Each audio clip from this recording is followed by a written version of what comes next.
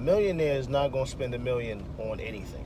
And there's a very little, I mean, there's things he could buy, but a millionaire at the end of the day is going to spend like, 100,000 on like a house or something like that, 200,000, 30,000 on a new car. Even if you get a new BMW, 50,000 is not $1 million. So, or even if it's 100,000 on a Lamborghini, that's not the whole million.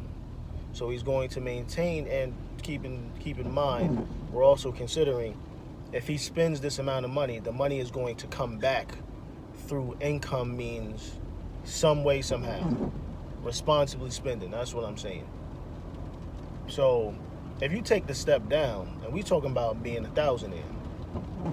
If I'm a thousandaire, I shouldn't be buying anything for $1,000, because that is, big chunks of what I have going on. Whether it's a check a week, whether it's I got 20,000, 100,000, and 100,000 is a little different.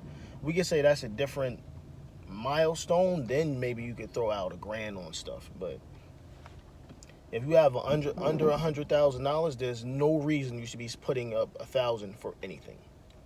Or like 2050, let's say something like that. Once you get up into the 10s and 20s, you could probably, put $1,000 out one time, something like that. You could get it back relatively fast. But if you're a thousandaire, 9,000, 8,000, 7,000, you shouldn't be putting up $1,000 for anything. So when you're at 20,000, you shouldn't be putting up 10 for anything.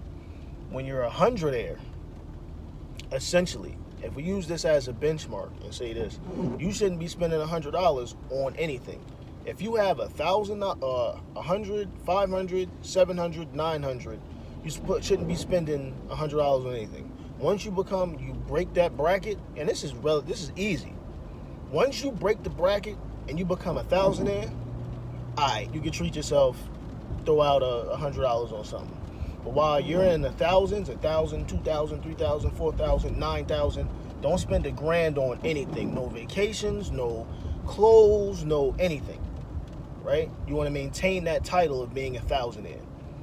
Then if you want to say you're a 10,000aire, alright, now you could, once you get 10, okay, treat yourself and spend $1,000 on something. You know what I mean? Maybe you can take a little time off, go on a vacation, do whatever you want. Once you got 10. Then once you got 20, like really there shouldn't be any, you shouldn't go over $1,000 purchase on anything until you're, 20,000. Once the 10,000 doubles or something like that, or triples, then you can start throwing out 2,000, 3,000 for whatever you're trying to do.